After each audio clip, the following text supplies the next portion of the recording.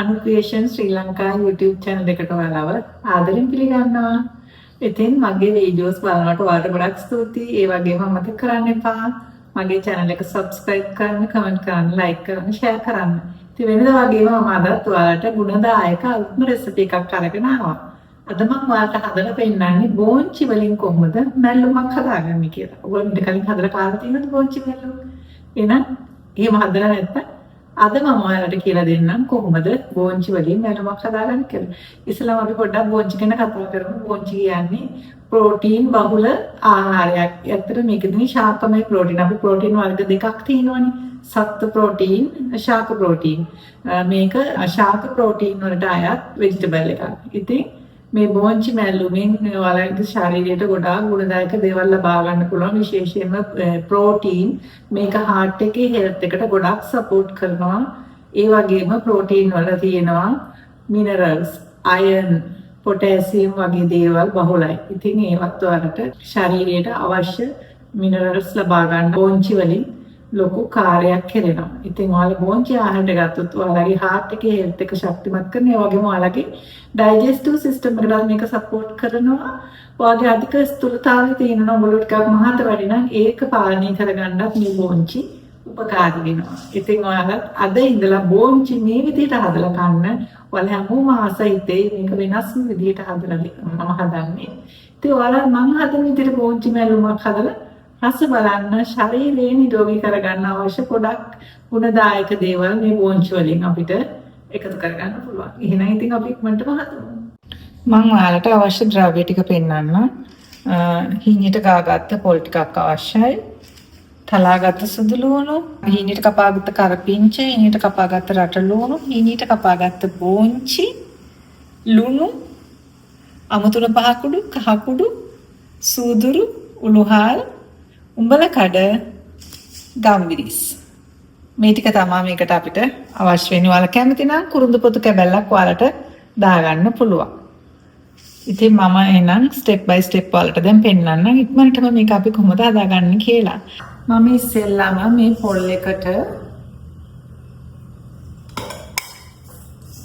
මුහල් තෙහෙන් බාගේ සූදුරු පිංච එකක් මම කුරුඳු පොතු වලට ගියේ අවශ්‍ය නම් දාගන්න කියලා මම දාගන්නවා. මම සාමාන්‍යයෙන් මේ කුරුඳු පොතු කුඩු කරලා තියන් ඉන්නේ. එතකොට ඒක අර අපිට මේ ඉවත දාන්න ඕනේ. මේ පවුඩර් එකක් වගේ මම හදන් තියෙන්නේ. එතකොට මේ ඒකෙන් අපි දෙහෙදි කාලක් විතර මම මේකට මේ විදිහට එකතු කරනවා. දැන් උඹල කඩ තේහෙන්දක් විතර එකතු කරනවා. කහකුඩු තේහෙන්දි කාලක් අමුතුන පහකුඩු තේහෙන්ද ලුණු තේහෙන්දි කාලක් විතර ඊපස්සේ මේ තලාගත්තු සුදු ලුණු පුරවලා තේහෙන්ද ඊපස්සේ මම මේකට එකතු කරනවා හීනට කපාගත්ත කරපිංච හීනට කපාගත්ත ලුණු මේ විදිහට පෙතියන කුකර් එක මීඩියම් හීට් එකට දාගන්නවා. දාගෙන අපි මොකද කරන්නේ මේ පොල් එක හොඳට පැදෙනකම් මේ විදිහට මික්ස් කරනවා. තෙල් දාන්නේ මේකට. මම තෙල් දාන්නේ පොල් වල තියෙනවා තෙල් අනිවාර්යයෙන්ම පොල් තෙල් හින්දිනේ පොල් වලින් එකතු කරගෙන පොල් වල තෙල් දානවා.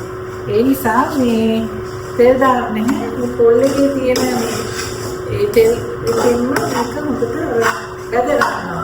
පොල් ටික හොඳට පැදෙන්න ආරින්න ඕනේ. පොල් ටික මැලවෙන්නේ නැහැ මැල්ලුමට ඉස්සරහට මලව ගන්න පොල් ටික සුවඳ එනවා.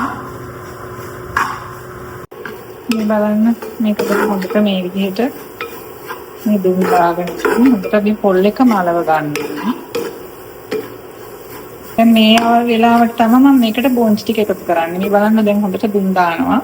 දැන් මම මේ විදිහට බෝංචි ටික එකතු කරලා මේ වගේ හොඳට දැන් මේක මිශ්‍ර කරලා මලව ගන්න ඕනේ.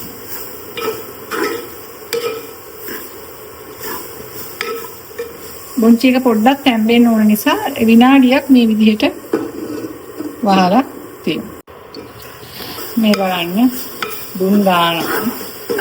දැන් හොඳට බොංචි එක නැවිලා තියෙන්නේ.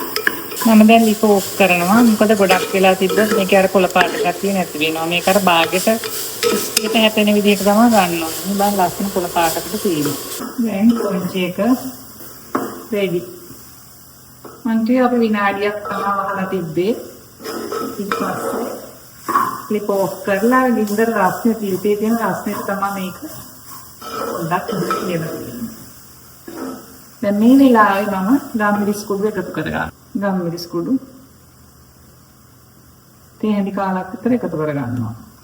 ඊට පස්සේ හොඳට මේක මික්ස් කරන්න. මම මේක පොඩ්ඩක් නුනට පස්සේ දෙහිෂ ටිකක් මේකට එකතු කරගන්නවා.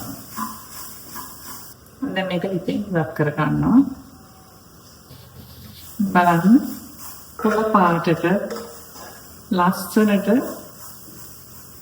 තියෙනවා. දැන් මම මේකට දෙහියුෂ මේ විදිහට එකතු කරනවා. අර අවශ්‍ය ප්‍රමාණයට දාන්න. දෙහි ගොඩාක් දාන්න එපා, මැල්ලුම් වලට දානවා වගේ සාමාන්‍ය ප්‍රමාණයකට දාගන්න. ඊපස්සේ මේක උඩට මේ විදිහට මිශ්‍ර කරලා අපි ලුණු ගැඹුල් බලමු. ලුණු රස බලමු. මට නම් ලුණු ගානක් තියෙනවා. ඉතින් ඔයාලගේ රස ප්‍රමාණය අනුව එකතු කරගන්න. ඉතින් ලුණු වැඩි කන්න එපා කියන ඇඩ්වයිස් එක තමයි මට ඔයාලට දෙන්නේ. දවසකට ලුණු ග්‍රෑම් 3යිනේ අපිට ආහාරයට ගන්න කියලා තියෙන්නේ. ඉතින් අපි එළවලු වලට මස් මාළු වෙන හැම එකටම ලුණු දානවා. ඊට අමතරව මොනවා හරි කෑවොත් තව ලුණු ඒවට එකතු කරනවා. ඒ නිසා ඔළුවේ තියාගන්න දවසකට ලුණු ග්‍රෑම් 3යි සාමාන්‍ය මිනිස්සෙකුට ආහාරයට ගන්න කියලා තියෙනවා.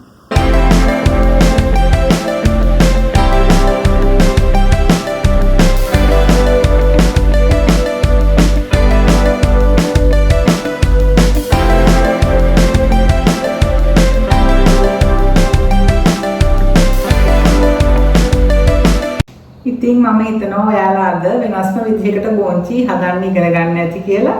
ඔයාලත් මේ විදිහට බෝංචි මැල්ලුම හදලා රස බලන්න. මේ තියෙන්නේ මම රසට හදපු බෝංචි මැල්ලුම. ඉතින් මම මේකෙන් පොඩි බයිට් එකක් කරලා ඔයාලට පෙන්නන්නම්. මාරම රසයි. ඒක අමුතුම ටේස්ට් එකක්. ඔයාලා අනිවාර්යයෙන්ම මේක හදලා බලන්න. ඔයාලා කැමති වෙයි. ඉතින් මේ වගේ අලුත් රෙසිපි එකකින් නැවත හමු වෙන තුරු ඔයාලා හැමෝටම සුබ දවසක්. සතුටින් නිරෝගීව ඉන්න. අමතක කරන්න එපා අනු ක්‍රියේෂන් ශ්‍රී ලංකා YouTube channel එක subscribe කරන්න, comment කරන්න, like කරන්න, share කරන්න. Bye.